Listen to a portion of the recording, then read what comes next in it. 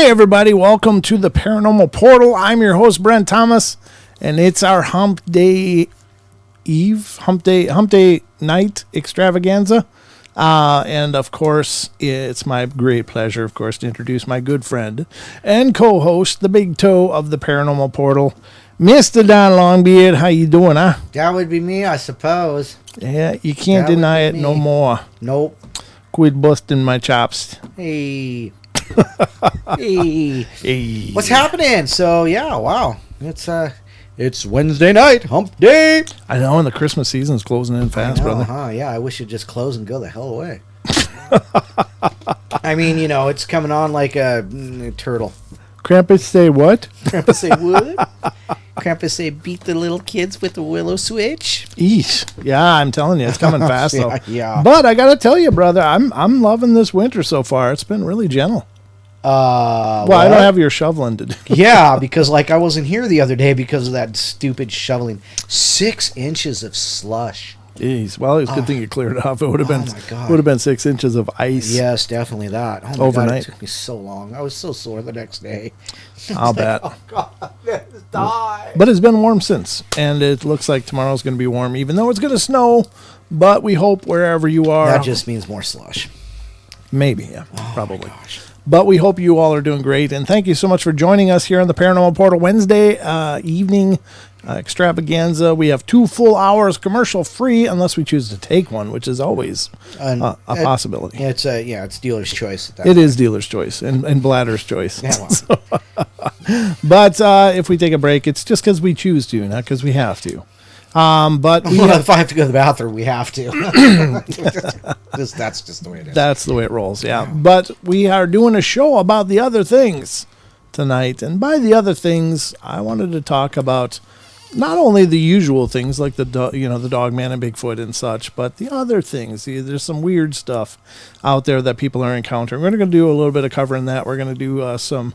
obviously, we're going to do the news because... The news is a big part of the shows, but hopefully we'll have a great time, and it'll be even better time if you guys join in. So feel free throughout the evening if you have something to say. Just say at Paranormal Portal, or you can do at Ether Archives if you can spell it.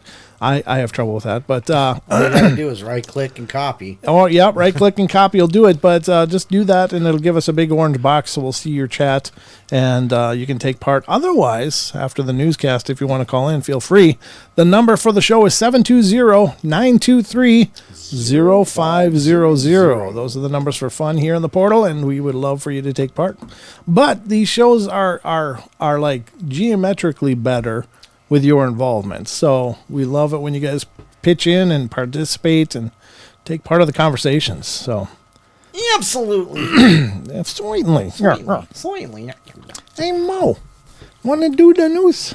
Certainly. Let's do the news. All right, we're going to do the news, folks. So buckle up, hang on, and please keep your conversation to a low roar. All right, here we go.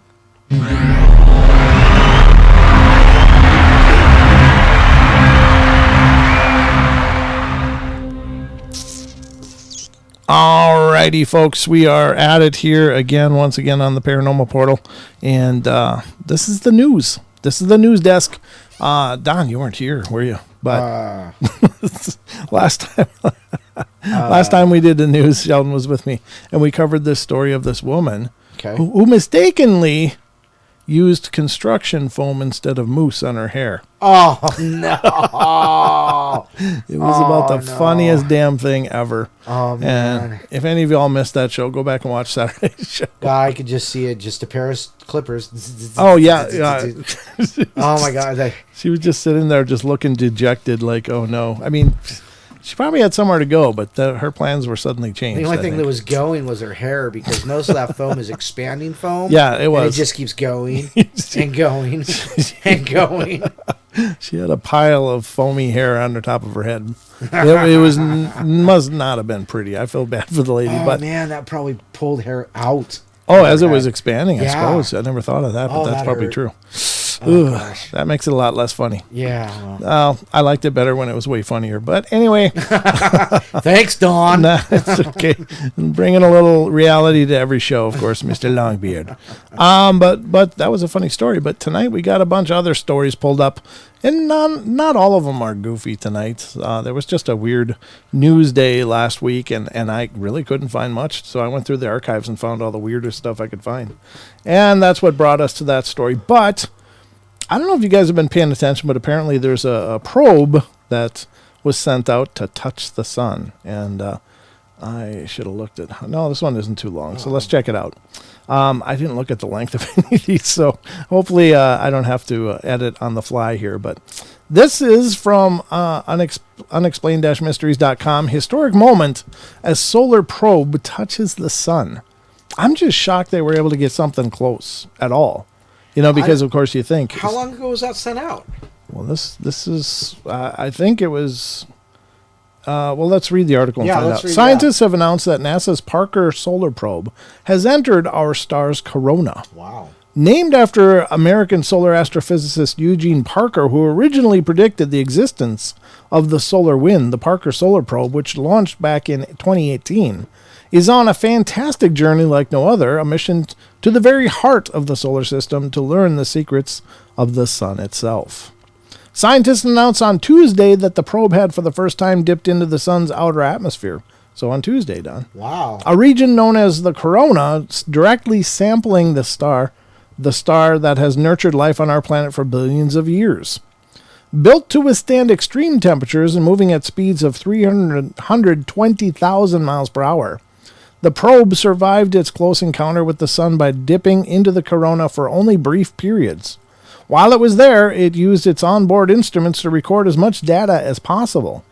Touching the sun is a monumental moment for solar science and truly remarkable feat, said NASA's Thomas Zurbuchen. Not only does this milestone provide us with deeper insights into our sun's evolution and its impacts on our solar system, but everything we learn about our own star also teaches us more about stars in the rest of the universe. The actual rendezvous occurred back in April. However, it took until now for scientists to confirm it. Wow. What have they been doing over there? I'm not done drawing yet. We saw the conditions change completely, said Stuart Bale from the University of California, Berkeley. Inside the corona, the sun's magnetic field grew much stronger, and it dominated the movement of the particles there, so the spacecraft was surrounded by material that was truly in contact with the sun. So, there you go, folks. We've now sent things into the coronosphere of the sun. And again, I'm actually really impressed because I just figured everything that got close to the sun would just melt it. You know, it would melt. Yeah, no, I don't understand how it only took like 2.5 years. Why it only took 2.5 years? It would be faster to fly to the sun. It would take 169,090 hours to fly there at 550 miles per hour. Yeah, I don't know. Maybe they took a really long roundabout way. Or maybe it was circling and moving in over a period of years. I don't know. It's anybody's guess. Well, it said it moved at 320,000 miles an hour. Right, which is plenty fast as far as I can figure, right? And it's very fast, yeah. It's imagine your morning commute with that, Don. It's 91,485 miles currently away from the sun. That's a lot. That is a lot. There you go, folks. That's quite a bit. That's our first article for tonight. I just thought it was kind of neat. Yeah, it's neat. I love technology. I love that we're learning and doing things. At least, for the most part, that seems sincere. I don't know if there's any cover-ups going on or whatever, but here's one coming out of Australia from down under, Don. And this is from unexplained-mysteries.com, and it says 3 men encounter Yowie in rural Queensland. So lots going on in Queensland lately. But what does it say? The trio had been driving... Oh, let me do this. Put it up on screen. The trio had been driving back home from work when they spotted something that left them terrified. North America is not the only place to have legends of a large ape-like creature roaming the wilderness.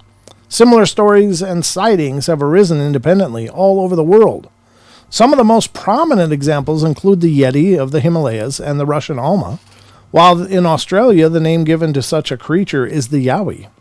It's a legend that continues to be relevant to this day, with people continuing to report sightings of a mysterious ape-like beast that is said to roam the vast and remote Australian outback. Most recently, 3 men reported seeing something strange while driving in rural Queensland. They had been making their way home from work through the remote town of Jimna when they saw what they described as a slouched-over figure underneath the streetlight. Initially believing it to be a boar or something similar, they were astonished when it stood up on 2 legs and bolted away in an ape-like manner. I wonder what that means, what an ape-like manner would be. Hunched at the shoulders. I suppose, yeah. On all fours, knuckles, sure. I should say. Okay. One of the group, Seamus Fitzgerald, was later stated that the experience had left him unable to sleep. I've never really had any paranormal or strange experiences like that before, he said. I hardly slept that night, and the feeling was overwhelming that I had seen something that I never believed in previously. Another of the trio, Sterling Slowcock Bennett. I didn't write this, folks. Just That's what she said. I just, I'm going to leave that all the way alone in the spirit of remaining monetized. Admitted to being in utter disbelief over the sighting. The town itself, which has a population of just 91, is no stranger to such sightings either, with several of the locals having reported encounters with a mysterious ape-like creature. I'm very intrigued to find out what other people have seen and experienced, said Fitzgerald. Huh. Well, there you go. Wonder who the third person was. I don't know. I'm just saying. Very interesting though, but there you have it. I think it's it's something. I believe it. Doesn't surprise me even a little, knowing not at all. Knowing that our friends at Australian Yowie Research over there are turning up with their thermals and stuff. They've got all kinds of activity over there. All kinds of activity, yeah. Yep. So we'll just keep our ears to the ground on that one, and hopefully they turn up more stuff. That's an awesome name, Sterling. It's kind of an unfortunate middle name. That's actually his last name's hyphenated. Yeah, so which means that's either his mom or his dad's last name. Yeah, I think that would be best left unhyphenated. Just go with Sterling Bennett. Bennett. That would have been just fine. I think that would have been just perfect. But there you have it, folks. Second article tonight on our newscast, and really cool. I think the Yowies are making themselves known, or more people are paying attention. One of the two. Or more people are just talking about what they've seen. This one, in last newscast, or the time before, one of the two. We covered this robotic faces that could move at humanistic expression speeds, not the old laggy, very slow formed expressions, but like could change multiple expressions.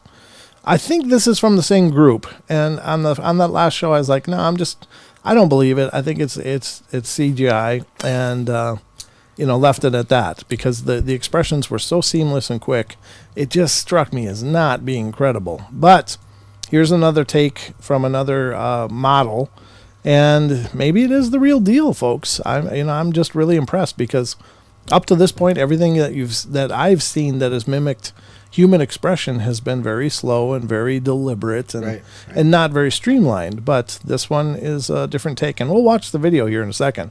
But from unexplained-mysteries.com, creepy robotic head is like Ash from the movie Alien. The super realistic robotic head is capable of exhibiting a wide range of human emotions. The latest creation of British robotics company Engineered Arts, this unnerving facsimile of a human male achieves what is often referred to as uncanny Uncanny Valley? Why the hell is it referred to like that? Given that it looks eerily close to being a real human, but it is possible to tell that something isn't quite right about it. Named Adrian and described as a mesmer robot head, this fascinating contraption is shown waking up in a new video before pulling a range of facial expressions. Its realism is helped along by incredibly lifelike skin, which even features stubble and eyebrows. Yeah, that's an important addition. According to the video's caption, the robot has 22 custom servo actuators, of which only 5 are in the mouth, hence why this particular test model is not capable of effective lip syncing. Each Mesmer robot is designed and built from 3D in-house scans of real people, allowing us to imitate human bone structure, skin texture, and expressions convincingly, the company wrote. While it's currently unclear how this technology is likely to be used in the real world, Adrian offers a tantalizing glimpse of the future in which we might live and work alongside highly realistic robots. Let us hope, however, that such a future doesn't turn into an episode of Black Mirror. Or Blade Runner. A star that shines twice as bright burns half as long. Roy. All right, here we go. This is the video. Let's check it out.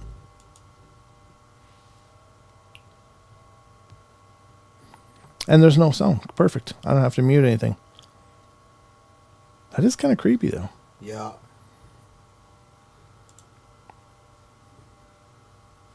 Can you wiggle his ears? He smirked. I don't know. Maybe he's hearing me. He's like, yeah, I heard you. Yeah. Dope. Oh. It's kind of creepy. I mean, it's so close. It's very creepy. Did you see the video of Amika? Their other one. This one here, Amika. Yeah, that's the one that I thought was fake. Yeah, no, I don't think so.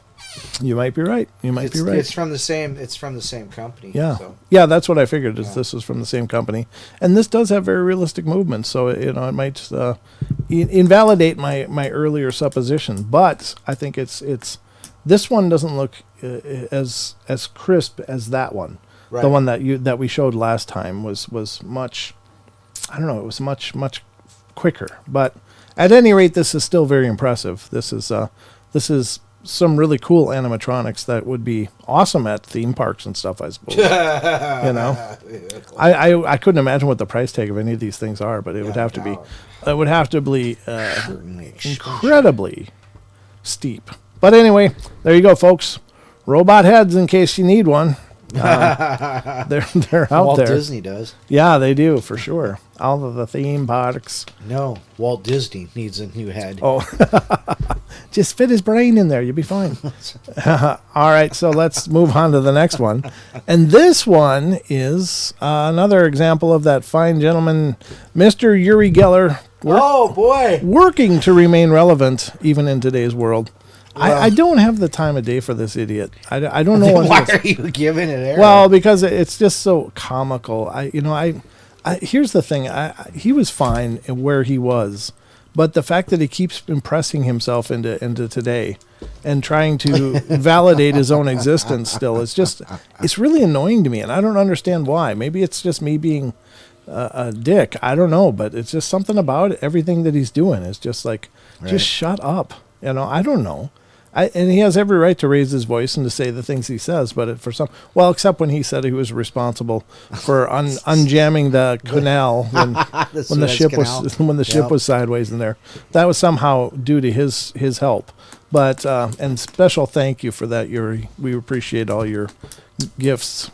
Next time, bend a bigger spoon in the canal. Dig faster. Give him paddles next time instead of spoons. But this is Yuri Geller again making the news. Yuri Geller, aliens are preparing to make contact with us. Why would he know? Well, because he's Yuri Geller, folks. He just knows. This is as of December 14th, 2021. The Israeli spoonbender starts out with that. Has claimed that we should expect to hear from E.T. before too long. Geller, whose self-proclaimed psychic feats and spoon-bending tricks have made him a household name, is currently no stranger to making out-there claims. Most recently, on an interview with the Sun newspaper, he indicated that alien visitors have not only been watching us for years, but that they are preparing to make contact with us. Oh. I think they're studying us. I don't know what they really want, he said. Hopefully they'll take you. You can take the spoon. Please, the spoon bender. he can help your log jams too. But I think they are preparing us for contact for the Steven Spielberg Close Encounters of the Third Kind scenario of landing, and it's going to be spectacular. Oh, I bet. They will probably land on the White House lawn or somewhere. All of our science fiction films about alien encounter will come true. As for when such an event might happen, however, Geller remains uncertain. I don't think we're talking about thousands or even hundreds of years, he said. If I had to guess, a rational and logical guess, I would say 60 to 75 years it's going to happen. It might take a while then to determine whether or not he is actually correct. Yeah. Again, I don't know. And I don't know why I have such a twisted opinion of the guy. It's just, I think he's just trying too hard. I don't know. It just rubs me the wrong way. I don't know. I don't have any anti-Yuri Geller thing cooking, but something about that guy just irritates me. So whatever it is, that's what Yuri Geller says, folks. I wouldn't, however, sell give away your plane tickets yet, because you might have new plans of going to a different star system, because it might be a while. All right, so here is UFO news from unexplained-mysteries.com. And this is an unidentified object filmed over Stretchford, England. Or Stetchford, England, I guess, is from unexplained-mysteries.com. This unusual object was recently, here is a picture of it. It looks kind of like a cocoon of a butterfly, and very, as if it was captured by a potato. So there's not much to go on here. But this unusual object was recently captured on camera by skywatcher Peter Benton. The UK has certainly seen its fair share of UFO sightings over the years, with some of the most memorable cases in history, such as the Rendlesham Forest incident, occurring there. This recent release clip, which was filmed by Peter Benton, shows a rounded dark-colored object that he spotted milling around in the sky over Stetchford, England, back in October. He claimed that he had been filming the moon when the object entered his field of view. I like to film the moon during the day, even if it's a crescent, he wrote on YouTube. I tend to catch things more frequently this way, as is what occurred here in this clip. I lost track of it and quickly tried to get it back, but lost it. It was moving right to left. If you notice, it has a light at the front and two lights or afterburners in the back lighting up. It also turns on its side. As for what the object could be, nobody's yet come up with a definitive explanation. The full video can be viewed below. Thank you. All right. So, why don't we have some more? Anybody else want to make a... Yeah, sure. God, I got to turn that off. I don't know where the hell that got turned on. I don't know what happened, but I got to turn that off. So, I don't know if this is Peter Benton. Oh, this is his video, actually. Well, let's check it out. This could actually be phenomenal. So, I'm not sure how long it is, though, but let's take a look. Okay, let's mute it because it's got something playing in the background there. So this is as it was, he was looking at the moon, and then, oh, was that it? Yeah, 13 seconds, that was it. That was it, folks, but it is kind of interesting. He did get pretty zoomed in there. I mean, that's the thing when you're working at such magnification. It just takes a little twitch to lose something completely. Yep. Whatever it was, I don't know where he's getting the afterburner thing, though, do you? No. Let's do this. Let me do this. Let's There close this. Let's go big. Let's go big or go home. I'm going to just go frame by frame here through this and take a look. I don't see a light on the front. And I'm not sure where he picked up there was afterburners on the back either. Not by what we're seeing here. No, if what we're seeing here, it's just a reflection. Yeah, I mean, it's not, and rolling on its side. He had an awful lot of activity going on in his version of it, and I'm not saying he's wrong. I'm just saying what I'm seeing here. I don't see any illumination at all from the thing itself, other than reflecting some light from the sun, I assume. But I don't know. It's very interesting. I don't know what it is. Oh. Yeah, so if you back up about 3 frames. Right there. One more. Go forward one more. Right there. Well, maybe that could be seen as maybe an afterburner type thing. Huh. But it's going from right to left, so it's going this way? Right. Okay. Correct. Yeah. Correct. So he's keeping up with it. Yeah, I guess. Maybe. I mean, I honestly think it's just reflecting light. I do too. Yeah, I don't think it's actually an afterburner or any kind of propulsion visible, but Man, look at that. That was a pretty good frame there. I still don't. I have no idea what he's found here, but it's very interesting. Now, I will say this though. I think that it is possible, folks, that there's a pretty good image, but again, that's a reflective. That's not a boost, I don't think. Oh, that one was pretty good too. So these two, this one's as good as it gets, I guess. I think it's very possible there are things that still exist in our atmosphere that we just don't even know. Right. We don't really know what's out there. I mean, how many times in the show do we talk about things that aren't supposed to be there? But he did capture something pretty phenomenal. I don't know what it is. Could it be a biological life form? Sure. It doesn't seem to have any wings or any way of propelling itself. It does kind of seem reminiscent of the tic-tac type shape. The tic-tac type shape. But I don't know. Not sure what he's got here, folks, but that is pretty cool.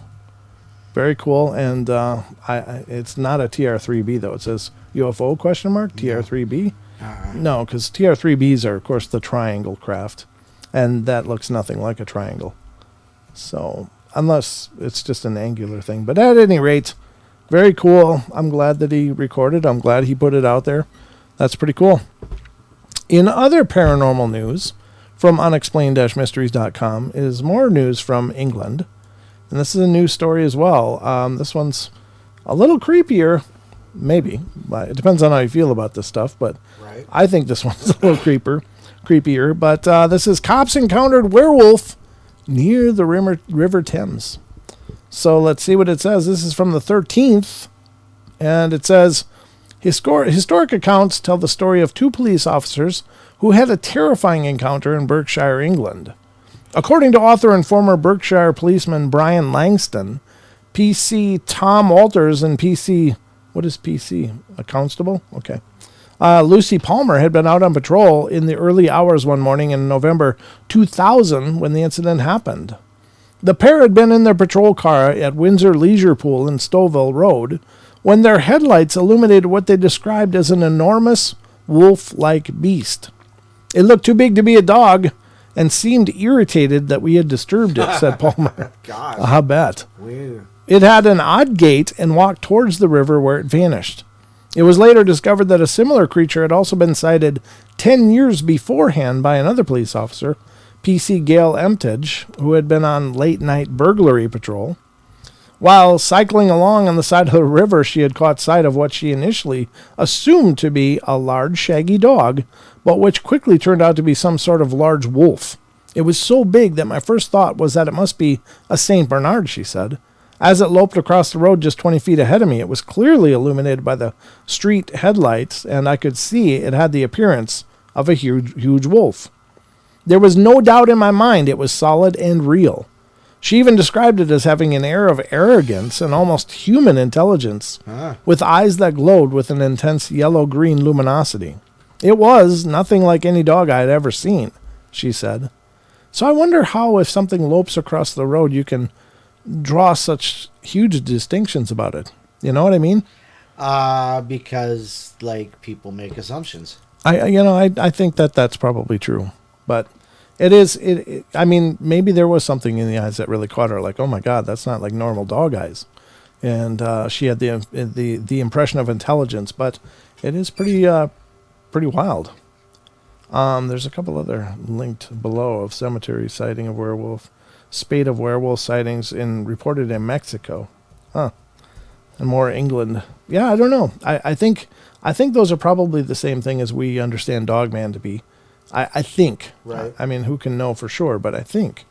Yeah, it's hard to tell, really. I mean, unless you actually see it transform, how can you really say it's a werewolf and not say a dog soldier or a wolf person, as some people distinguish them?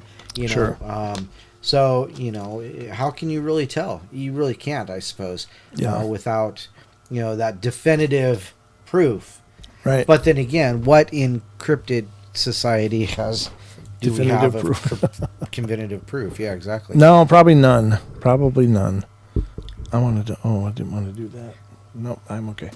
All right, we got one more on the books today. Be careful what you name things, is the takeaway from this one, I think. And this is from the Bazaar. This is from December 12th, 2021. Okay. And the story is, dog named Trigger shoots owner in the foot. Trigger warning. Yeah. He was triggered, of course. An appropriately named canine companion managed to shoot his owner during a hunting trip in Indiana.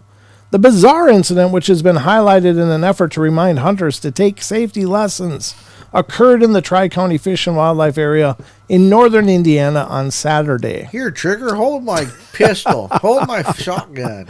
Hold this string that's attached to the rifle over there. Exactly.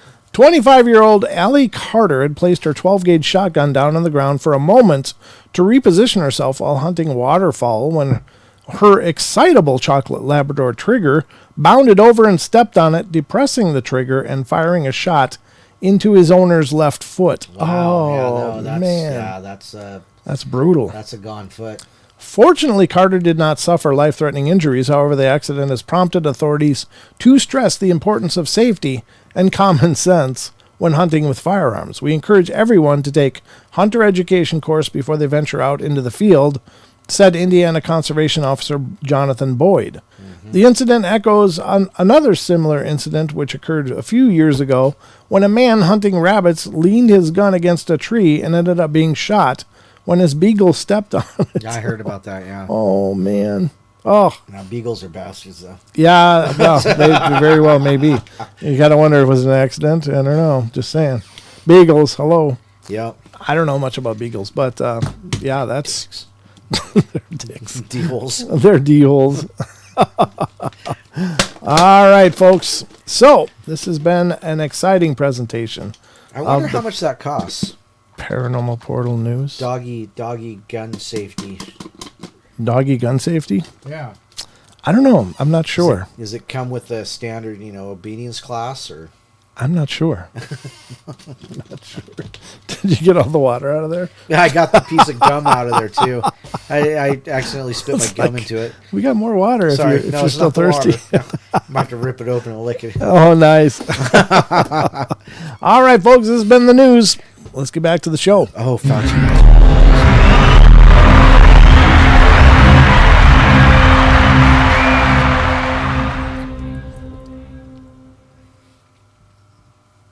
What screen do you have up?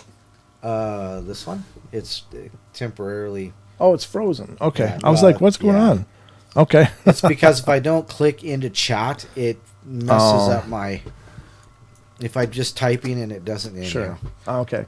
Gotcha. Well, welcome back, folks. Hope you enjoyed the news. It was much more average tonight than last time. But I hope it was valuable all the same. So we got a bunch of strangeness to get into. Now, if you'd like to call in and be a part of the journey tonight, you sure can do that. That's always fine. You can call into the show. Let me just do this quick. I forgot to turn these things off. So you don't need those frames around your head, do you? No, as a matter of fact, I was wondering what the hell. Oh, there it is. Yeah. That's so much better. Absolutely. I like that better. Absolutely. But we have a lot more of the paranormal to get through. But if you want to call in, please feel free to do so. 720-923-0500. Again, 720-923-0500. Those are the numbers for fun on the Paranormal Portal. So that's how you get in touch with us. If you got something paranormal of your own you want to share, we are all ears. Wow. And hats. Ears and hats. What? This thing is hot. Is it? Let me see. Thing's hot. Yeah, that is. Wow. Yeah, maybe. Yeah, change where those braces are. Oof. Man, it's a strange night. I'm getting phone calls. Your butt vibrating. Yeah. I'm getting phone calls and everything. It's my neighbor's calling me. I hope everything's okay. I hope it is. I do as well. Yeah, she's a sweetheart. She's a wonderful, wonderful lady. She didn't let Milo near her. Sorry. Okay. Going with the dogs and handguns thing. Sure. Or guns. I think I want to check with her though, because she doesn't normally call. So let me Let me just push it to break, folks. I apologize. Let's take a quick break. I just want to check with her because she's an older lady and she may need help with something. So please stand by. Please understand. Meanwhile, I'm going to the loo. All right, Don's going to the loo. I'm going to go check on my neighbor, and we'll be back in a couple minutes. Don't go away.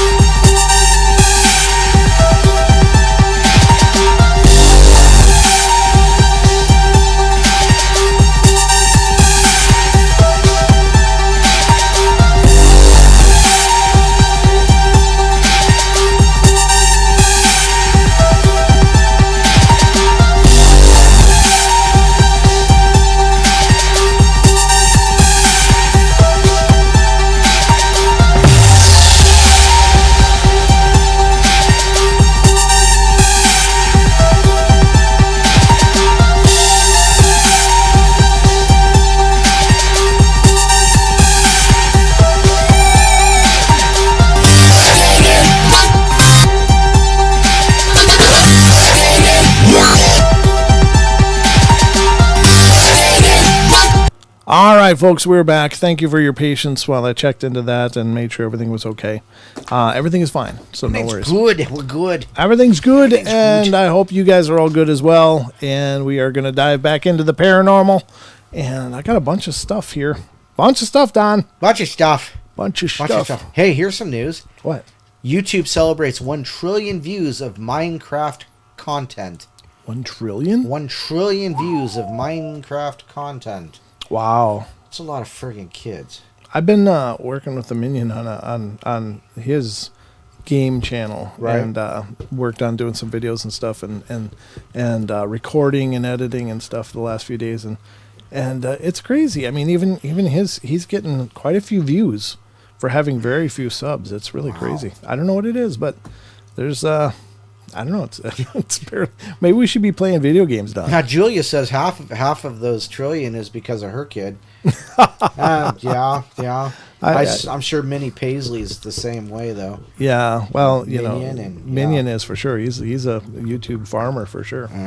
That's what made him want to do it, so we're trying to do it. So anyway, but if this whole portal thing doesn't work out, I guess we can always go into video games, Don. Yeah, or we could sit in like a kiddie pool and talk about Oh no, that's like YouTube, not YouTube. Yeah, I don't know. I'm pretty sure I don't look good in a bikini. That's Twitch. Wow, Twitch, yeah. Yep, that's the Twitch thing. Banana hammock. Yeah, no, you don't want the less layers I got cooking, the more terrifying it gets. So yeah. This is I understand. This is about as good as it gets. That's like when you mentioned that train that running on the treadmill in that little video we just shot for the BLB. Oh yeah. It's like no freaking way. Nope. Not in a good day. Nope. Yeah, as much as my heart would love to be a much more dedicated and in shape person, my circle is a shape, and I'm very round. I'm a well-rounded person. I like having you around, Dan. Thank you. All right.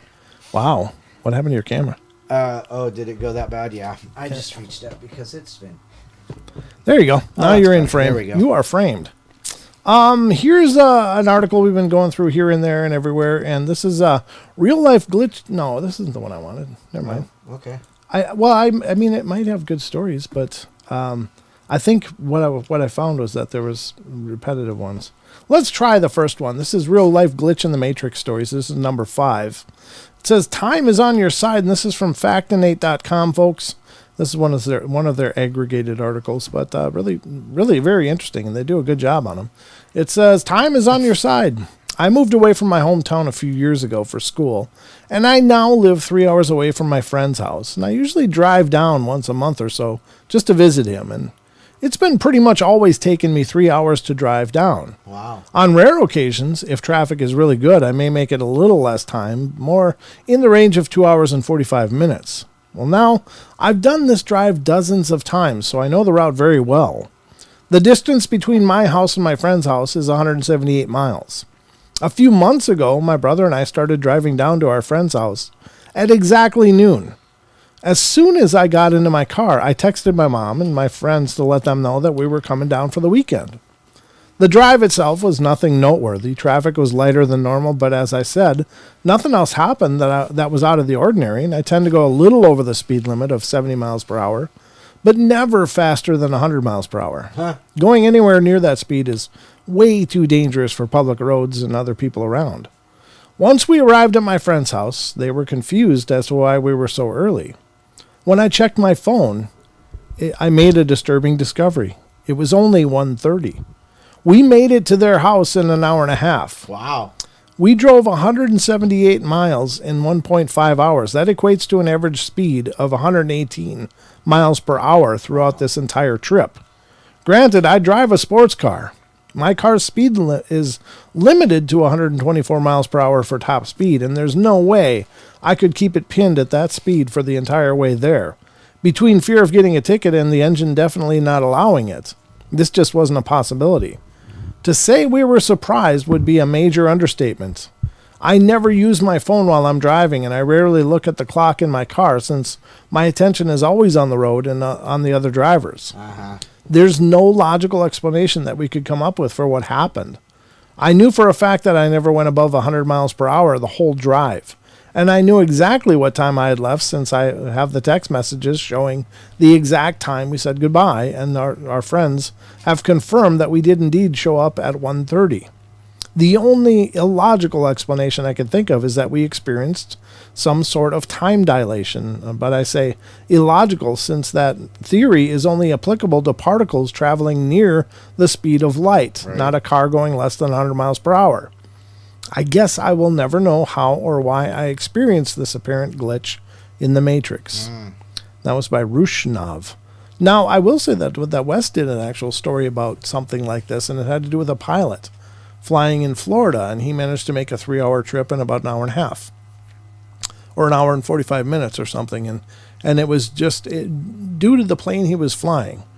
It was an absolute mathematical impossibility that he actually made this trip in that much time, even with the strong tailwind, and that was really incredibly interesting. So this is just a land version of that same kind of event, which is kind of neat because it does show that whatever this phenomena is, it does repeat. It's a repeatable phenomena, at least to a degree. Right. Not clinically, like you can go, okay, today, guys, we're going to activate this phenomena, because we don't know why it happens or what triggers it, but we know At least we know that several people have claimed this same experience. Right. And I find that incredibly interesting. So, very cool story. We've never read that one before that I remember. Number 6, thank your lucky stars. I find that if I stop trying to control everything and let things happen as they will, the universe will send the exact person or thing that I need right to me and make it seem like coincidence. For example, I lost my job a few years ago and went home feeling totally dejected. I decided to rest for that night and not stress about a job hunt until the next morning. Then the next morning, I was awakened by a phone call from this guy who was a friend of my ex-boss who just opened his own restaurant and wanted to know if I wanted to work there. It was like the universe had gift-wrapped me a new job and deposited it into my lap. Another time, I had found a new apartment, which was only a few blocks away from my old apartment. I was heading to my old place to pack my stuff up, not really sure how I was going to get it all packed and moved by my lonesome, but I had that same feeling, that feeling of it'll work itself out. I think my phone had lost all of its batteries, so I stopped at a random guy on the street and asked him what time it was, and he asked me casually what I was doing, and I told him, I'm about to pack and try to move all my stuff. And this rando said, I'll help you. For some reason, it wasn't wary of him. It felt like it was meant to be, so he came with me to my old place, helped me pack, and then helped me carry my stuff over to my new place. And he was super nice and helpful, and it was like it was all meant to be. Almost like he'd been put there, right on that particular street corner, at that particular moment to fix my predicament. So I guess there is just some random glitch in the matrix that sends things to me to solve my problems whenever I have them. That was by Transmacabre, or Macabre, Transmacabre. Okay. I think there is something to that, that if you trust that something will happen, it can sometimes and oftentimes come together for you. Right. Maybe not in the way you thought it should or would. Right. But that's generally speaking, if you just let go and try to trust the process. Right. I mean, I've experienced that. Haven't you done? Well, so, yeah. I mean, yeah, because I don't believe in worrying about anything anymore. Yeah. I mean, if I can, if it's something I can just put out of my head, but yeah, I mean, if you just let it go and see what comes around, that's usually the best way to do it. There's no sense of getting heartburn over it. And yeah, I have found that, sometimes I've just let things go and we'll see what happens tomorrow. And, it may not make things as easy as you want it to, but it's not as horrible as it could have been. Right. Right. Exactly. Hey, real quick, who did those video drops for us? Was that unknown? Which one? Oh, the the chains and the shadows. That was yeah. So he just popped into the chat. Oh, very cool. He's listening. How you doing? Good to see you, brother. Just wanted to call that out real quick. Thanks for coming in. Yeah, that's the unknown. He's got a few other ones that he's given me. I just haven't cycled them in yet and haven't done all of the things that I wanted to do to them. But yeah, very cool. Very cool. I love it when you guys contribute to the shows in any way that you're able to. That's awesome. All right, number 7 is a wild goose chase. It says, when I was attending college, a friend and I were walking back to our dorm rooms late one night. I attended a school with a primarily white population of students. And as we were getting to within a half mile of our dorm building, we were laughing about some joke when we suddenly noticed a man in torn clothing running at us in full speed. Whoops. Oof. We both slowed our pace to a crawl, and he kept coming at us. Unaware of what was going to happen, the man got closer and closer, and when he passed under a streetlight, we noticed a few things that were odd. He was A, sprinting away from something, and B, holding a rather large bowl of fruit in his hands. What? He sprinted right past us without even regarding our existence. When we looked back to where he had come from, we were greeted by a truly bizarre sight. There was what appeared to be a bear cub sprinting in our direction. Both my friend and I began taking steps away slowly, and just as we were about to start following the man in the same panicked manner, the animal took a beeline for a curb towards what appeared to be a sewer drain. The closer it got to the drain, the smaller this animal appeared until it was the size of a small mouse. And it went straight into the drain and completely out of sight. Then it got even weirder. The closer we got to the drain, the more it seemed to fade from our view. When we moved over a bit, we were standing right next to the curb. It quickly became clear there was actually no drain there whatsoever. We proceeded to walk back in silence toward the dorms. We still have no clue what happened that night, but I remember several other things during my time at that school, which were also unexplainable. I think we've done that one before. Yeah, I was going to say, it sounds very familiar. Yeah, it does. So that's the problem. I don't remember the bowl of fruit, but I remember somebody running past towards you, and then the bear heading towards the storm drain. Yeah. Yeah, the bear that became a mouse. And Yeah. So I do apologize for the redundancies. It is what it is. It happens. Snack time. It's snack time number 8. We'll just read a couple more of these and then move on to something else. But number 8, snack time. My daughter and I were at the on the couch one day when she was younger, and we heard the sound of popcorn, like as if it was popping in a microwave.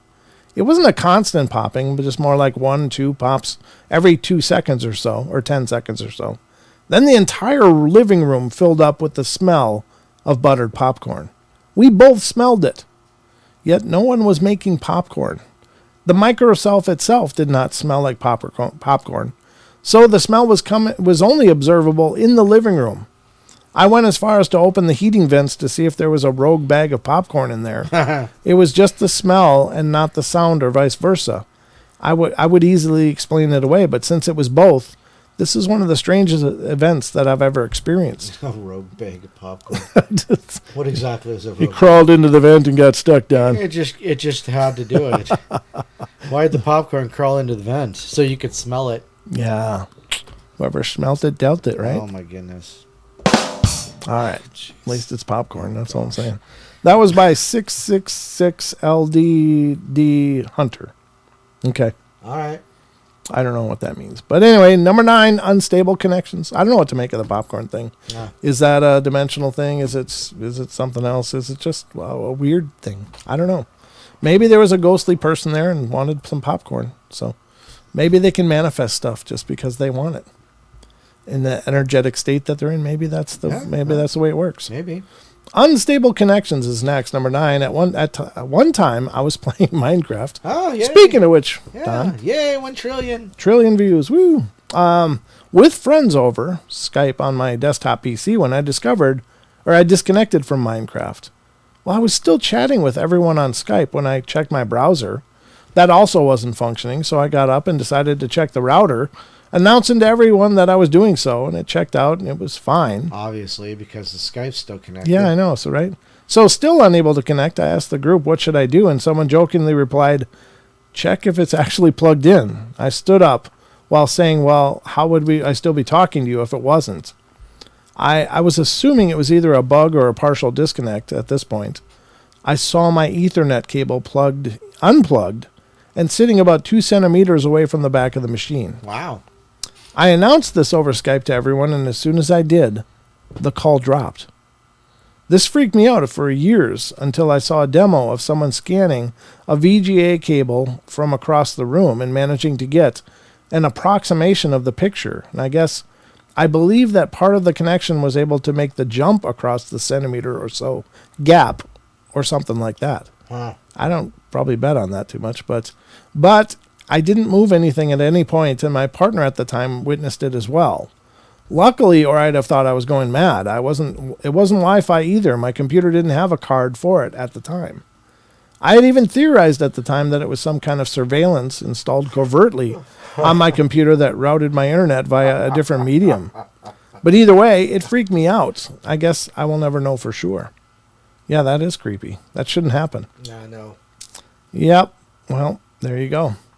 So that was those time slip stories. I thought those would be kind of fun to break into there. I did want to talk about this one, and this is kind of an overview of Phil Schneider. We've brought up the name a few times on the show, and if you're not familiar with who Phil Schneider is, but you're interested in the deep underground military bases and possible extraterrestrial civilizations that are existing here with us, at least in some manner, then this is your story. This is the guy you want to learn about. Oh, Rachel.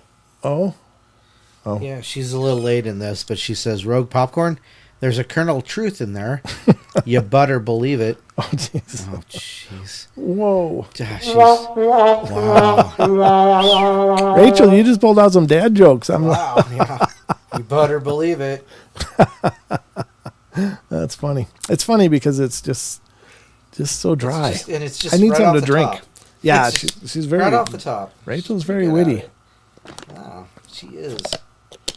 I'm moistened now. I'm ready. I'm ready to continue.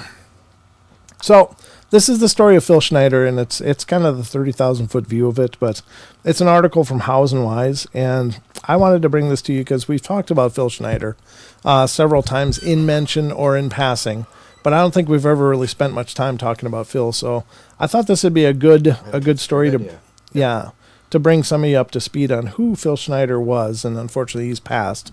But under strange circumstances. Under strange circumstances, for sure. But you can still find Phil Schneider doing his talks on YouTube, and I would recommend you do that because it's an older generation of YouTube where the resolution's really pretty poor. But listen to what he's saying. Listen to the things he's talking about. It's just incredible.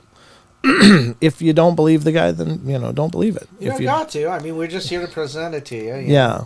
Maybe pique an interest or right. Not. So here's the story. Gray aliens killed 60 U.S. soldiers and civilians in underground battle in New Mexico. American engineer Philip Schneider was born on April 23rd, 1947. He's known as a person that worked for many years in collaboration with special services of the United States. He had access to information of the third level of secrecy, but at some point decided that people should know that they're being kept in ignorance or are grossly deceived about everything happening to UFOs and aliens. Few people had taken the stories of Phil Schneider seriously until he was found dead. At the same time, the circumstances of his death indicated that Phil had been brutally dealt with. Phil got higher education at an engineering school and later became a geological engineer. He is also known as a civil engineer for the military and aerospace industries. Phil had his own family, a wife and a child, Oscar Schneider. Phil's father was a physician and a military officer who, according to some information, served in a submarine at the same time, managed to fight for both for Germany and the United States. Phil was able to take part in the construction of at least 2 underground bases for the so-called secret government, as well as the construction of 13 deep-seated military bases underground. Seeing how such projects are financed for whom they are being built, and that the basic rights of the people as well as the U.S. Constitution are violated, in 1994, Phil broke off relations with the American intelligence services and returned all his awards. After that, Phil began working as an ordinary geologist, combining work with revelatory performances. He talked about underground bases, top-secret alien technologies, and the threat to humanity and humanity that those who seek to establish a new world order in the direction of aliens hostile to people carry with them. To popularize the information disclosed in the last 2 years of his life, Phil spoke a lot in public, traveling around the USA and Canada, and visited England and Japan. He criticized the government, which keeps its citizens in the dark. In 1995, at a regular lecture, Schneider said that over the past 22 years, 11 of his best friends had died. They knew something about the so-called government conspiracy theory. At the same time, 8 out of 11 episodes were officially recognized as suicides. Yeah, of course. Phil said that he was one of 3 people who survived the shootout that occurred in 1979 at an underground military base in Dulce between representatives of American intelligence services and aliens. As a result of the influence of an alien weapon, Schneider got a dose of radiation and subsequently fell ill with cancer. Phil Schneider also claimed that there had been repeated attempts to kill him after he told what he knew. These were attacks with weapons, attempts to push him into the highway, and even attacks during street fights. On January 17, 1996, Phil Schneider was found dead in his house in Wilsonville, Oregon. He was lying on the floor next to the piano, and a tube from his own catheter was wound around his neck. However, according to the report, Schneider was shot dead by police officers who came to deal with a large number of unpaid taxes and fines. Right. Yeah. And during the dialogue, Phil began to behave menacingly, grabbed his weapons, and thus left law enforcement officers with no choice. Whatever happened by the time of his death, Phil Schneider was very poor in health due to a serious illness, oncology. Suicide was called the official cause of death, although, according to some reports, there were signs of torture on the body. Many ufologists believe that representatives of the U.S. intelligence simply removed Schneider because he knew too much. No. Gordon Duff, an editor-in-chief of the Veterans Today magazine, called Philip Schneider a UFO witness, believing that he was strikingly deeply aware of the U.S. government's contacts with aliens. Schneider worked as a demolition specialist to help build secret underground bases for the U.S. government. He openly accused the U.S. government and intelligence agencies of covert acts and direct crimes. Some of them deserve special attention. Number 1, the American government entered into an agreement with the gray aliens in 1954. Yep. This mutually beneficial cooperation agreement is called the Greada Treaty. Aliens do not comply with it. Nope. Number 2, the shuttle made special alloys in orbit. A vacuum is needed to create these special metals, and thus the mandate for the ongoing support of the manned space station is justified. Number 3, most of the aircraft technology with stealth technology was developed due to the study of an alien ship that crashed in the United States. Number 4, AIDS was invented at the National Ordnance Laboratory in Chicago and developed as a virus to control the human population. It is, yeah, that's really loud. Yeah, I got loud. Sorry. Let's go to here. The bombing of the World Trade Center and the bombing in Oklahoma City were carried out using miniature nuclear devices, and this is indicated by the melting and pitting of concrete and the displacement of metal rods that make up the frame of concrete structures. It's worth recalling that Phil was an engineer, and explosives were one of his strengths. The Bikini Atoll was destroyed by nuclear weapons due to the fact that there was an underwater base of aliens. Number 8, the Strategic Defense Initiative was actually conceived as a defense against alien invasions. Number 9, a large number of underground military bases have been built in the United States, around 130 up to 2 kilometers deep, and they are similar in size to cities. Bases were built in case of declaration of war. The bases are interconnected by high-speed monorails, which trains move at a speed of Mach 2 on a magnetic cushion hovering 3/4 of an inch above the rail. Number 10, the secret plan of the High Greys to establish on the planet a new world order managed by the UN, which they secretly control. The UFO problem is dealt with by an organization specially created by the order of the U.S. government back in 1933. According to the research of this organization in 1935, the presence of aliens on Earth became a recognized fact. Yeah, I got to get that T out there. Over the next 20 years, employees tried to find out the intentions of the space aliens. Why I'm enunciating terrible tonight. And establish contact with them. And this happened in 1954. On February 20th to 21st, President Dwight Eisenhower met with representatives of an alien civilization. No, he had emergency dental problems. Sure he did. The first meeting was unsuccessful. The aliens refused to transfer any advanced technologies to Earthlings represented by the Americans, but they demanded to stop the development of certain types of weapons. The United States did not agree to stop its military projects and, of course, could not vouch for the rest of the world. Contacts continued, and as a result, the so-called Greada Treaty was concluded. What the contracting parties agreed on were the aliens do not interfere with the affairs of Earthlings. Earthlings, represented by the U.S. government, kept secret the fact of the presence of aliens on Earth. Mm-hmm. Aliens help in technical development. This applies only to the American nation. Aliens can take people and animals for scientific purposes. People after research should come back. The memories of contacts with aliens should be deleted from their memories. Doesn't happen.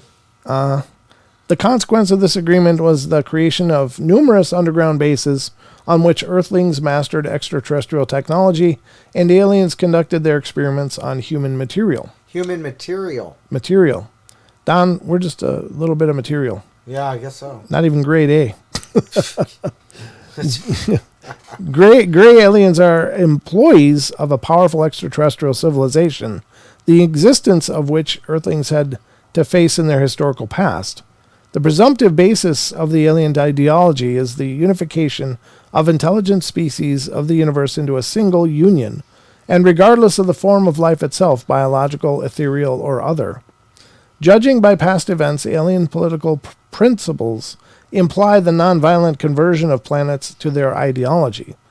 The male idea of aliens, I don't know if that was Maine, it's supposed to be Maine or male, but the male idea of aliens about a single type of intelligent life form is reduced to the fact that the population of the planets loses memory of the past and turns into beings with the given characteristics to implement this program.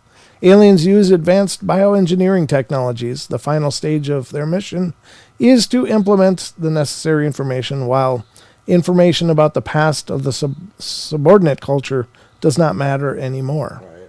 That was by Vicky Verma. That's very interesting. There's a lot of this that I'd never even heard of. So that's pretty bizarre. And there's something else too, though. Phil Schneider asserts that his father was in the Pentagon. There was a book called Stranger in the Pentagon. It was written by Dr. I believe his name was Fred Strange, as a matter of fact. Oh, so and there's Valiant Thors? Yeah, yes, exactly. Okay. And so that's that part of the Greada Treaty. It's part of the Greada Treaty cycle, whatever. Mm-hmm. Because apparently, he was Venusian from Venus, and then the gray aliens, that is, or whatever you want to call them, were also at the same meeting. But Phil Schneider says that his father was present at some of those meetings in the Pentagon when Valiant Thor was there. Mm-hmm. So, there's supposedly a picture of his father sitting next to Valiant Thor. Oh, so okay. But, so interesting connections there. Yeah, it is. And, I was actually reflecting on current events as I was reading through that. It's like, well, obviously the AIDS didn't do as much as they had maybe intended. So maybe some of the more current things are the newest attempts. Yeah. No, I'm just saying. No, or whatever. Our DNA and all that kind of stuff. Yeah, well, that's poo poo. No, yeah, probably not poo poo.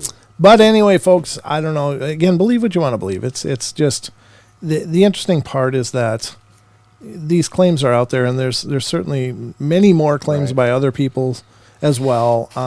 What is the truth? I don't know. I don't pretend to know. But I think that the intrigue of Phil Schneider's experience is pretty hard to ignore. That he knew they were coming for him, and then died under such mysterious circumstances. So I don't know, something's not washing there for me. Yep. But again, I'm no authority on any of this stuff. We just talk about ideas here on the portal, and this is certainly an idea that kind of makes you shudder. It really does. To think of of course, hearing about the Greada treaties, as we have over the years, but then hearing the actual terms of it that Phil brought to the table is actually frightening. That's very, very frightening. Yep. And to join this federation of alien intelligences, but to lose ourselves in the whole process. Right. Because the subordinate history doesn't matter anymore. Right. That's exactly what that meant. Yep, exactly. Like whatever we are gets wiped out in the process, and something else is developed from us to replace that. And I think that's absolutely horrifying. Yep. That's a horrifying prospect, folks. I vote no for that merger. I'm voting no. Too late. They've already voted on the Interstellar Galactic Highway that goes right through Earth. Don't forget your towel. Don't forget your towel and your analgesics. Yeah. Oh, yeah. Well, there you have it, folks. But interesting all the same. I think it is interesting stuff, and take it or leave it, but definitely look into it. I think if you're interested in any of that stuff, you should look into it more in depth and see if you find anything that you're interested in. And if you do look into this stuff and you find stuff, please feel free to send it on over via email to me. If you got a link or something you want me to take a look at, I'm happy to do that. I've been getting links lately for videos people are sending me. And Unknown is actually one of them that sends me a few of them. And I think they're very compelling, very interesting stuff. So send them on over. Again, paranormalportalradio@gmail.com is the email address. I like to think about this stuff, but sometimes, the one thing is you can't unhear something, Yep. You can't unhear it, Don, once you know. And there's a lot of things you can't unhear on the show. Yeah, we're generally circling the drain of some kind or another, but that's okay. I think I'll skip that one for now. All right, so we're going to go to 3 articles that I've got, or 2 articles. This one isn't actually an article. So I got 2 articles here from Phantoms and Monsters, and this is where we're going to start. And then I got an article from Brent Swanser as well. This is where we're going to start talking about the creepy stuff out there. Creepy stuff. The cryptids that don't fit into the big 2, dogman or bigfoot. So these are something else. There's some big feet, These are something else, folks. And what they are, I don't know. So the first one is from phantomsandmonsters.com. Again, special thanks to Lon Strickler for making these available to us to discuss on the show. But this is one that he just released on the 15th of December. And it sounds like there's a chain of more going on with this. But there are some other sightings that he's been cataloging as well. But I'm going to read this one. And this is, again, from phantomsandmonsters.com, folks. Go check out this site. Check out all of the information he's got available over there. It's amazing. And they've been tracking some really cool stuff and actively investigate a lot of cool stuff over there. So let's check this out. Penelope-like pale crawler. Humanoids encountered, again, in the Sierras. And I'm not, to be fully transparent here, I've never heard of the Penelope-like, but I've heard of pale crawlers before, and those are basically what many people regard as the rakes, or possibly ghouls. And so let's take a look at this and see what it says. Family and friends were camping in the Sierras near Yosemite, California, when they encountered 2 pale crawler humanoids, similar to the Penelope incidents throughout the range. So I recently received the following account. My family and friends were up in the Sierras outside of Yosemite when 2 pale crawler humanoids approached us around midnight. There were 5 tents with people inside. My son was with me. I yelled out for everyone to start praying, and the moment these 2 pale crawler humanoids started their banshee blather at top volume. They never got closer than 50 feet and usually only stuck around. 3 nights in a row for about half of an hour. No problems otherwise. Also, we talked about it over coffee the next morning. None of us ever felt any fear and stayed calm and relaxed. And we all knew exactly what these things did in 2015.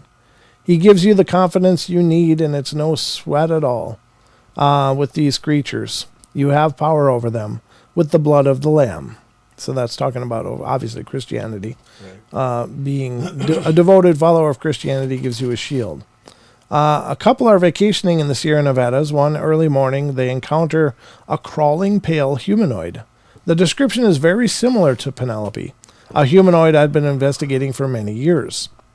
And this was forwarded to Lon as well. It is my hope to find those that have had a similar experience, especially in the region of the Sierra Nevada mountains on the border of California and Nevada. I'm in the world of broadcast. My eyes are my greatest tool for accuracy and detail. I'm an accomplished visual artist and have studied the movement of animals closely since I was very young.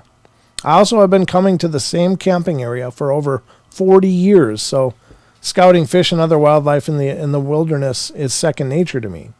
That is to say, I have exceptional eyesight, and I feel I'm a better witness to an event than most others. Not only because of my keen eyesight, but I also have the ability to keep my calm under extraordinary situations.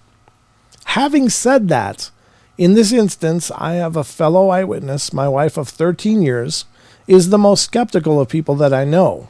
She would never have believed my story if she wasn't there in the passenger seat beside me that night. I do not know how to categorize this creature that I saw that night. What I saw was very humanoid, and that's why it's so disturbing. The location was Bridgeport, California, at the Twin Lakes Resort. This is a remote fishing lodge high up in the Sierra Nevada mountain range. The resort sits in a valley at about 7,000 feet and in the shadow of the mighty Sawtooth Ridge. A beautiful secluded spot with no cell phone service and tons of wildlife. The date would have been just after Labor Day 2014 at approximately 5:30 a.m. We just finished loading the fishing gear and were headed to the creek for some daybreak fishing. The creek campground is about a quarter of a mile from the lake cabin. I have taken this short trip literally hundreds of times before, and it is always active with nocturnal wildlife, so we were always on high alert for the regulars like mule deer, black bear, jackrabbit, or even rattlesnakes on occasion. This morning was a little foggy and we're still very dark. The high mountain ridges keep the valley dark from dusk till dawn. I had just passed the small trailer campground as we saw something crossing the road coming in our direction, maybe less than 50 yards away. It looked very light and very close to the ground. It was the size of a large goat, but it moved very oddly. I thought goat because quickly I remembered that there were sheep herders on the side of the mountain, but I hadn't seen them for maybe 30 years. I needed a second to figure out exactly what I was seeing. So I asked my wife in the front passenger seat, "What is that?" pointing at a thing running in our direction, the likes of which I know I had never seen before. I was mostly confused because its limbs were not bending or moving in the right way that a deer, bear, rabbit, or cats are supposed to move. My wife could say only say slowly because of disbelief, "What the hell?" Now, when the lights came across the creature, it was crossing the road, and we got the feeling we totally surprised it. As I turned on my high beams, it seemed to get very irritated as it turned its long human-like neck towards us and almost shook his head as it gave us a glare and started to double time along the road, now in our direction. We're getting closer, but instead of being able to more positively identify the creature, I was only more confused. Mostly because this thing's legs weren't broken at all. It was running on them like that. Long, lean limbs, but it was crawling, creeping impossibly low to the ground, its torso no more than 5 inches from the ground, yet it was moving at a strangely incredible pace.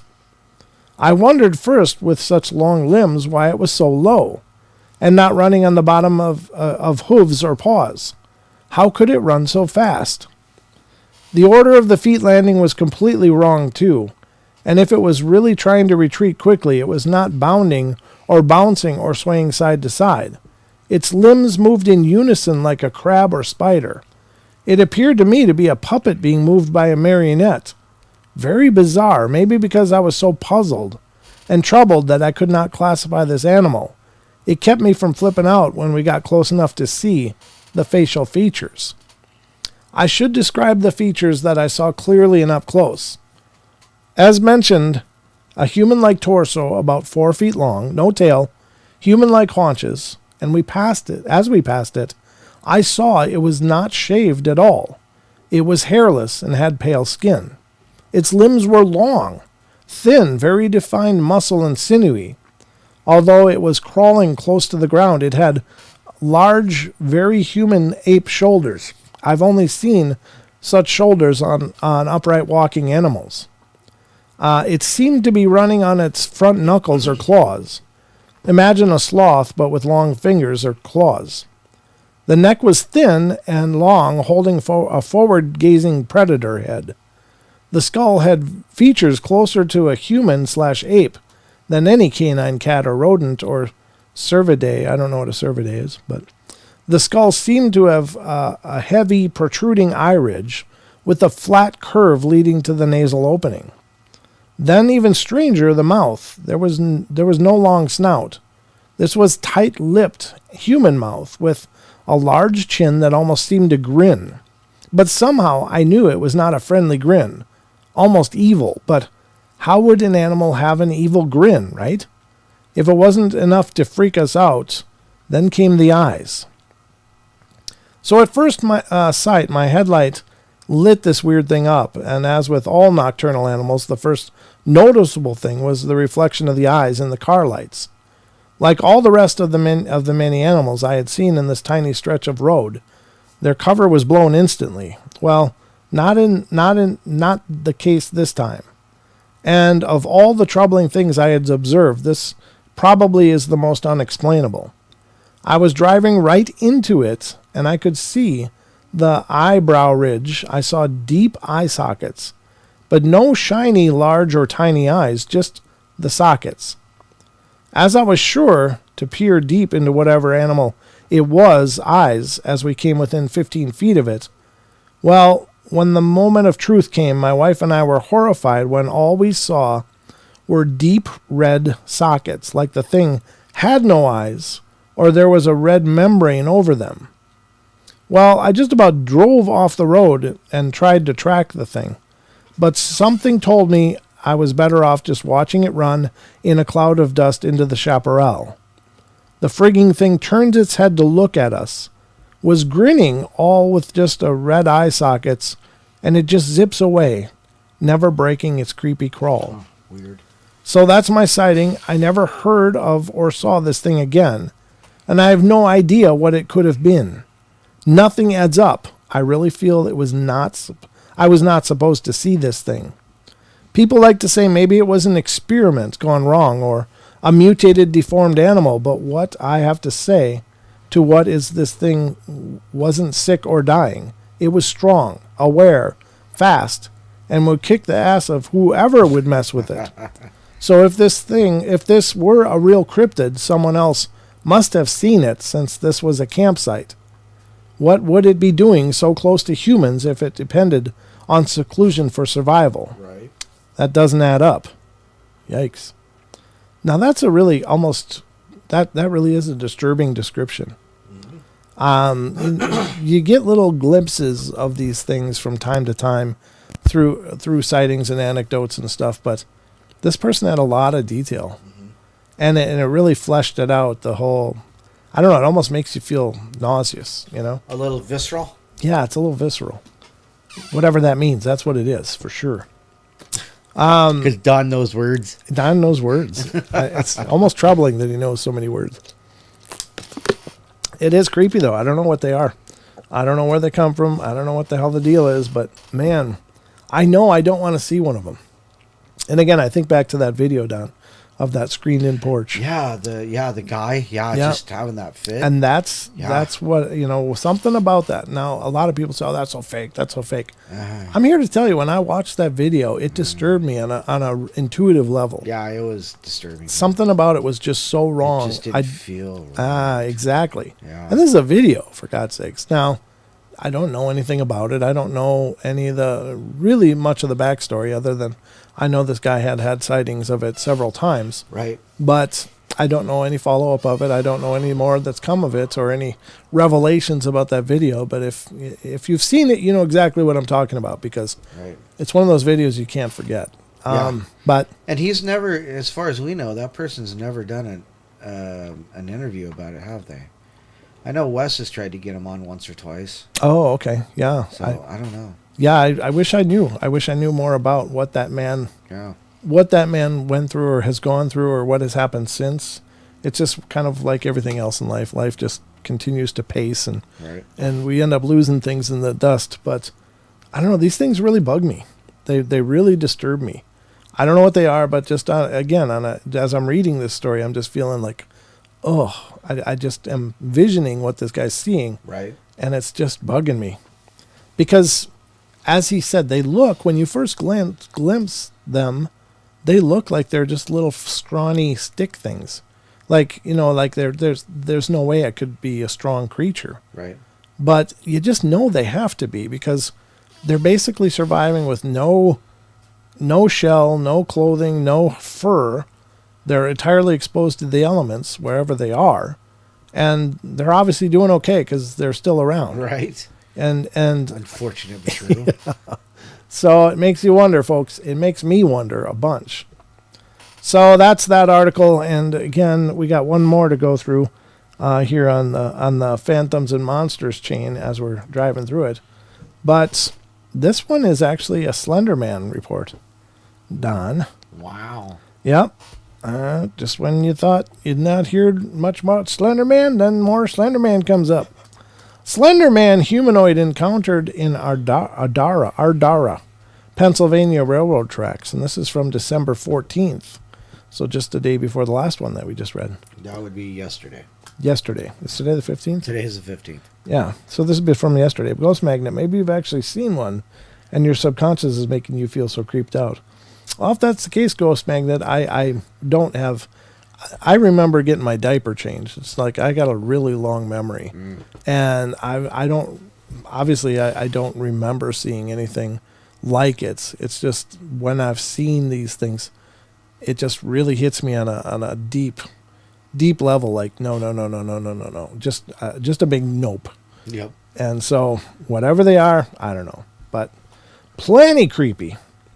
But no, I don't have any experience that I've ever seen any kind of creature like this. But whatever they are, at least it seems like they don't actively pursue humans. Maybe they did. Maybe they were the corpse eaters of the ghoul legend. Right. And since our bodies are either cremated or embalmed now, they can't do that.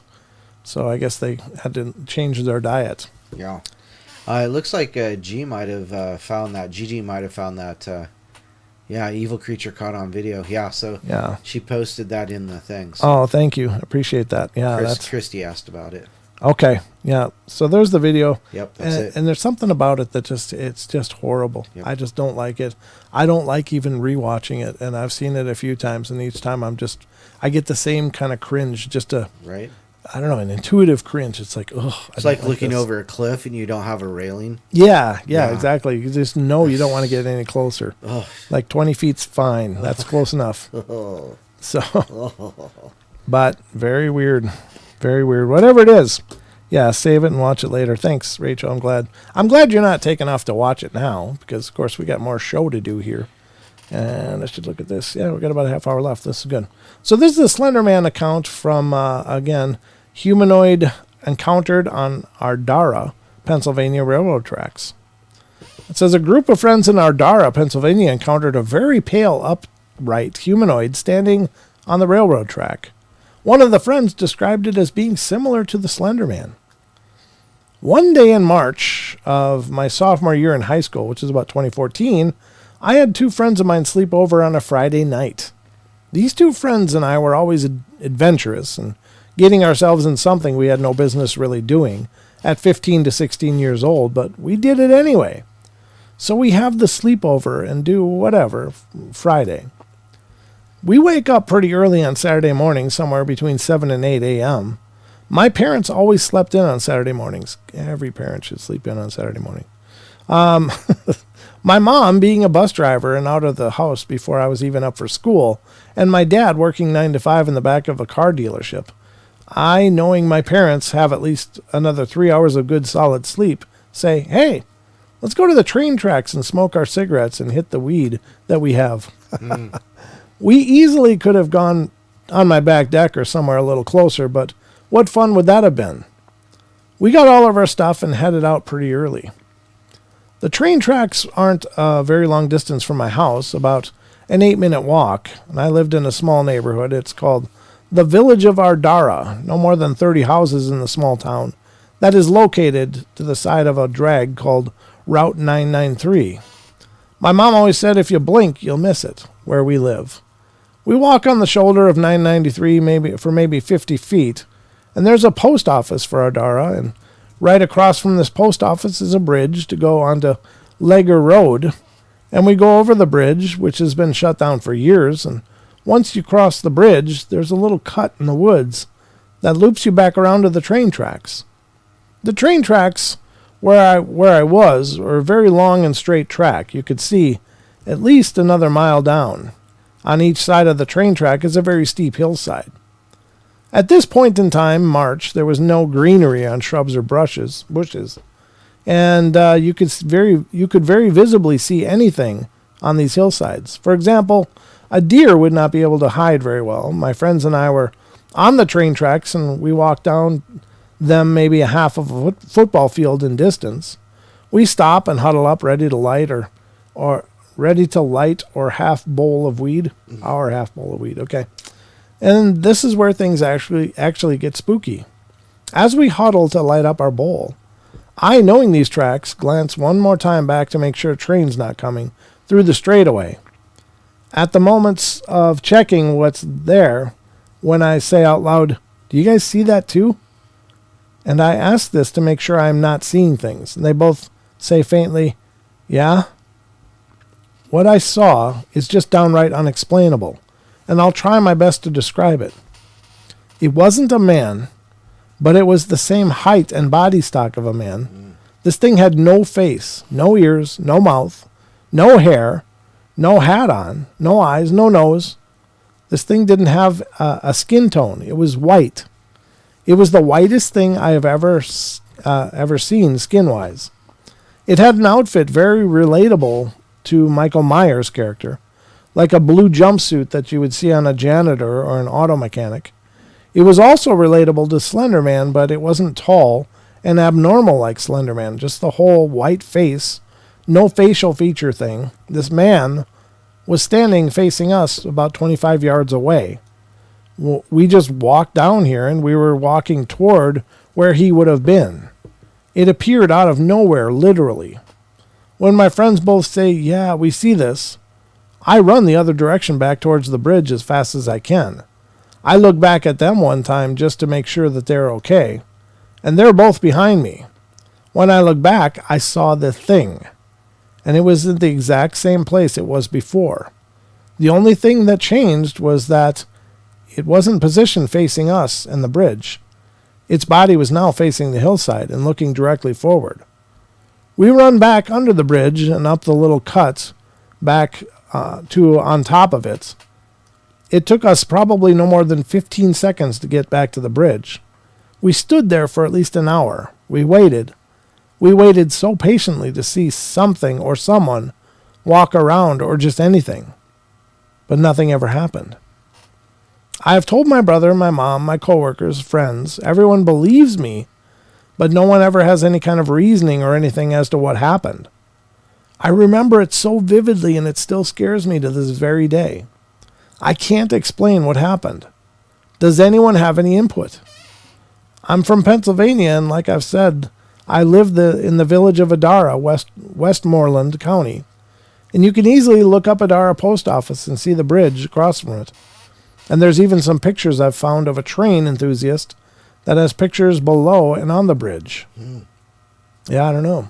The whole no face thing is different, though, isn't it? Right. Yeah. Well, no, because Slenderman's never had a face, as far as I knew. It always looked like, right. Just like they call it a morph mask. Sure. Just just like a white sheet wrapped around his head. So, yeah, pretty white. Yeah. But he didn't have the extended long arms, long legs that are usually attributed to when people see. What makes him slender. Yeah. Right. Exactly. Yeah. So I don't know. I don't know what they saw. Is that an extraterrestrial thing? Is that some kind of mechanical human by extraterrestrial origin? Who knows? I don't know. Could be their version of a drone. Maybe. Just saying. Maybe. But creepy all the same. I think those stories are impressive. It's just hard to understand. These are the one-off ones that are always tough, folks. That there isn't a whole body of witnesses to these kind of things. They're very rare. But when they come up, you really got to wonder what's going on in this situation. Why did this thing show up just then? Right. And it obviously was attuned to the fact that they were there because it was facing them. Right. Even though it had no discernible eyes or method of viewing them or seeing them or experiencing them, it was there. So, very strange. I don't know. I tend to think it's extraterrestrial, I guess, personally. Or it could be spiritual. Yeah. Right? Yeah, it could be. But, I don't know. No answers here, folks. Just a lot of questions. That's the portal. Yep. That's why you're tuning in, folks, to hear all my questions. You thought you were tuning in to learn something. I'm sorry. Wow. You showed up at the wrong place. Wow. No answers here. I don't know. The stuff it's mind-boggling, though, and there's got to be a reason for the stuff, and that's what keeps me going forward on the portal. It's just like, there's got to be a reason people experience these things. What is the reason? I don't know. That's the part that I wonder, I just don't know. But let's go to an article by our good friend, Mr. Brent Swanser. This is a new one from December 14th, and he posted this on our Paranormal Portal fans page. And I was thrilled because this is another kind of experience you don't hear about a lot. These are very rare. But this is a case that he found and wrote about. And again, from mysteriousuniverse.org, folks. Great site and great opportunity to go check out thousands of articles by several very talented authors. But our favorite is Brent Swanser. And if you want to get to know Brent Swanser, it's really easy. Just look on Facebook and go to Dark League Paranormal. And you can get involved in that group and get to know the guy. Just a fantastic person. And you can also get involved in the Paranormal Portal fans page over there.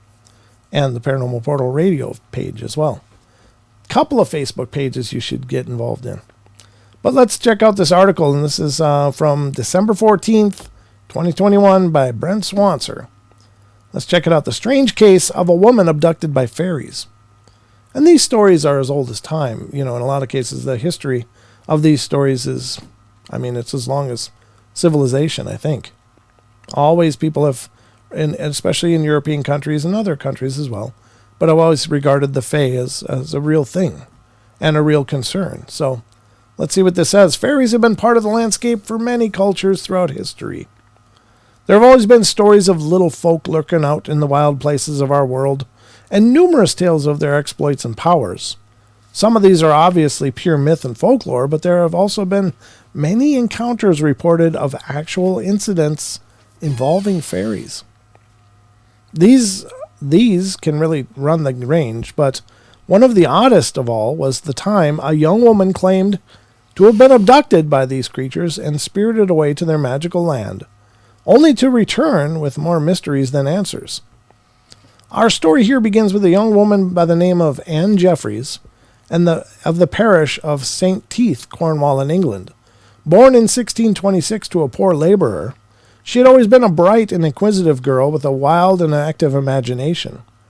One of the things that really captured her attention and became almost a sort of obsession for her were all of the various tales of fairies that were all around her. The lore of her area steeped in such tales, but for her, this was more than just mere stories. As a child, she would spend much of her time out in the woods trying to find the elusive entities and commune with them. And this habit would continue right up until she was a young woman, when she came to live as a servant in the family of Mr. Moses Pitt and his wife Joan, where she did domestic duties and also served as a nanny and a nurse to the couple's 2 young children.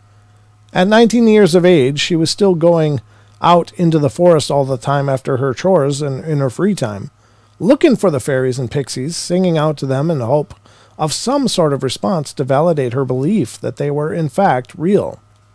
Little did she know that it would seem her efforts were not completely in vain, and that she was being watched. According to the tale, one day Anne was out knitting at the Pitt home when she suddenly went into a convulsive fit that left her ill and bedridden. Several days passed with her in an unconscious state, and when she woke, she would have had quite the tale to tell. She would relate to her family and those around her that she had been out there knitting when she had heard laughter and had looked around to find that 6 diminutive men in green outfits and hats, and with unusually bright eyes, led by one with a red feather in his cap, had crawled out of the bushes to approach her. The leader of the group had apparently been unafraid of her, jumping into her palm and then up into her shoulder to kiss her neck and hair, and before long all of them are crawling all over her. This is a family show, but I'm hoping this is okay.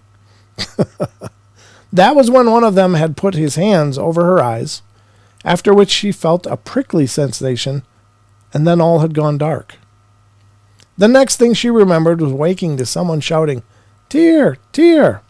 And when she looked around herself, she saw that she was upon a grassy knoll in an unfamiliar, fantastical land, full of palaces, temples, and lush gardens, as well as azure lakes and a plenitude of brightly colored birds and other animals frolicking about. She was then dressed in an ornate, flowing silk dress that had led to a palace where there were fairy folk everywhere, eating, drinking, and dancing, and it would seem that she was there in this strange land for many days, during which time she fell in love with the fairy with the red feather in his hat. This apparently made the other ferrymen jealous, and they followed them around everywhere they went, and one day a mob of these ferrymen would surround them, and as for her fairy lover, tried to defend her. Anne once again found herself losing consciousness, fading to black as she was immersed in a thrumming vibration that shook her entire body, and a buzzing in her ears. The last thing she saw before everything went dark was her fairy lover lying wounded on the ground. When she woke this time, she was back to where she had started. The fairies were nowhere to be seen. She was at the time disoriented, and when her family members found her, she was going into convulsive fits. Oddly, although many days had passed for Anne, it seemed as if no time had passed in the real world. For the next few weeks, she would be ill in bed, moving between unconsciousness and lucidity, and she would demonstrate some side effects of her bizarre ordeal, and it seems as though she developed certain clairvoyant abilities, such as reading the future and knowing who is at the door. She also said that she frequently saw the fairies lurking about, although no one else could, and she could apparently also gain the ability to heal people by touching them. On one of these occasions, curing a person's injured leg just by laying hands upon it. And soon there were people coming from far and wide, coming to be healed by her hands. Such were her purported powers that she was kept as a prisoner at the house of the mayor of Bodmin, for a time, on charges of being a witch, although never formally charged with witchcraft, which was what the whispered rumors were saying. Interestingly, another power she apparently had was to go without food for long periods of time, yet remain healthy and vigorous. Insisting that the fairies were keeping her fed, the case made quite a stir back in the time, and Anne would herself go on to marry a man named William Warren and fade from the spotlight, refusing to talk about her experience or perform any more healing magic. The story would go on to be spoken of throughout the area ever since, with a letter from Moses Pitt, her benefactor's son, to the Reverend Dr. Edward Fowler, Bishop of Gloucester, setting it in stone. Anne Jeffreys would die in 1698, taking any secrets to the grave with her, and having avoided talking about her experience for most of her life. What was going on here? Was this just a folk tale? Or is there something more to it? It is unknown, and the case has become embedded in a local myth without a real answer in sight. Was this actual fairies, interdimensional interlopers, possibly an alien abduction, or was it just a hoax and the ramblings of a misguided young woman, or even just pure folklore? There is no way to really know, and whatever the case may be, it remains one of the weirder tales of fairies there is. Interesting. Again, it's, I don't know. I'm always marveling at this guy, though, because he comes up with all these really obscure stories of these things that I've never even heard whispers of. And I've been looking into this stuff for decades. But, man, he's just so amazing. Right. I don't know, Don. Are the Fae a thing, you think? I think the Fae are a thing, yeah. Mm-hmm. I do believe that they're out there. And I do believe that they're mischievous and very catty. So it's one thing to believe in them, but it's another thing to interact with them. Right. So, a lot of different qualities about them that make them kind of dangerous, actually. Sure. So, there you go. And it would be easy for someone on the outside to look at this and go, well, obviously she was having some kind of psychotic episode. Yeah. And while she had these visions of this amazing thing going on. But I will say in defense of the idea, not that I can, rally a real defense of it really, but the stories of the time differences are really common when people are brought into the the world of the Fae. Whereas, well, usually it's working in the opposite, though, right? Where you might think you've only been gone 10 minutes and it might be years. Yeah. Well, so it is. I think it usually works in reverse, but for her, she experienced all of this wonder and intrigue, according to her story, anyway, I could say. But in reality, they just found her after she'd been knitting. She was having seizures or something. Right. So it does seem peculiar. Now, she did apparently emerge with some kind of ability, and I know a lot of times we, with our modern minds, dismiss that kind of stuff, but I've seen some pretty amazing things in terms of healings and stuff. And I don't pretend to understand it, but I know and believe it's possible. Now, could those be a granted thing? Like, because does that validate her story? Well, maybe not. Maybe it's something to do with her episodes of having these spells. Right. Maybe something in her head, like John Travolta, that was that phenomena. Yeah. Like suddenly he was capable of doing amazing things that was caused by just a tumor. Right. So I don't know, but there again, that's a work of fiction, right? There's no basis to that movie, is there? Is it? I don't know. I don't know. I don't know. I don't remember it being saying anything about based on events or anything like that, or sure. Somebody's experience. So. But I mean, it's totally. I think it's possible, and I think in that case, it's totally needed. Right. But by the end of the movie, we find out it's not what we believe it was. But even that, you have to question the idea. Was in that character? Was that character touched by something that gave you these things, because it came as a flash of light, right? Like he was struck by something from outer space, right? Light. He went outside and looked up the night exactly. sky. So who's to say that this lady here, while she was having these seizures, or the seizures were caused by these beings that wanted to keep their Yep. I think there's merit to that. I really do. I know. Do you think some of the poltergeist activity could be the Fae? Sure. I mean, the thing is that with any of the terminologies and stuff, we have these convenient terms. It's a ghost. Right. How do you know? How do you know it's not a multidimensional being? How do you know it's not a house elf or a gnome or a Fae or whatever? I mean, we just don't know. So it's like everything. If there's a wood knock in the forest, it's always Bigfoot.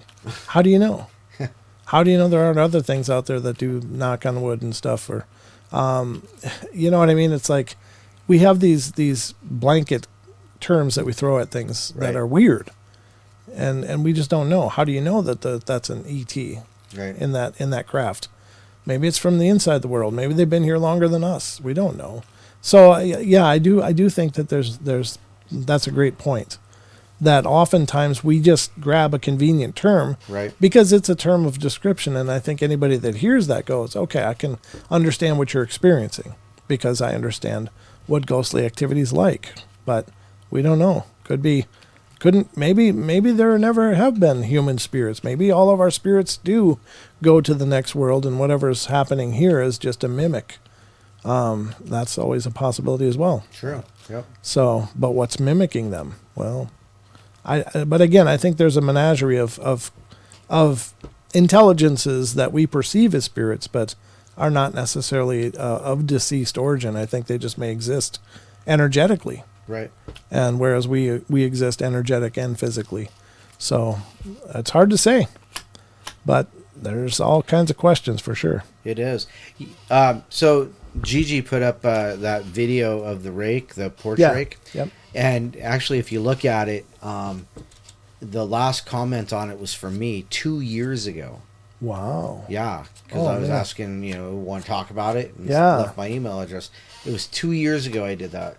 And wow. Yeah. So that's a crazy, crazy video. Ugh. Just creepy. Creepy. But we love the creepy here, folks, don't we? We do. We do. I know I do. It's kind of what we do. It's our wheelhouse. True enough. It's our jam. I think I'm just going to read some more of these of these glitch in the matrix things until we've got about 10 minutes left. So, Sure. Yep. Yeah, I'll just read a couple of these, and that'll be about it for tonight. But let's get to this one. This is from Facting It again, back to the glitch in the matrix stories. The rain check to end all rain checks. I have a weird one. Back in October of 2005, I met my now wife. We had first hooked up on a Saturday night at a gig in the city, and we arranged to meet again the following Wednesday night for a drink or a coffee. I remember feeling like absolute garbage on that Wednesday morning after being out the night before at a bar for my birthday with my buddies, drinking and whatnot. I really did want to call her and see her again, but I felt so lousy. I just knew I wouldn't make a good impression.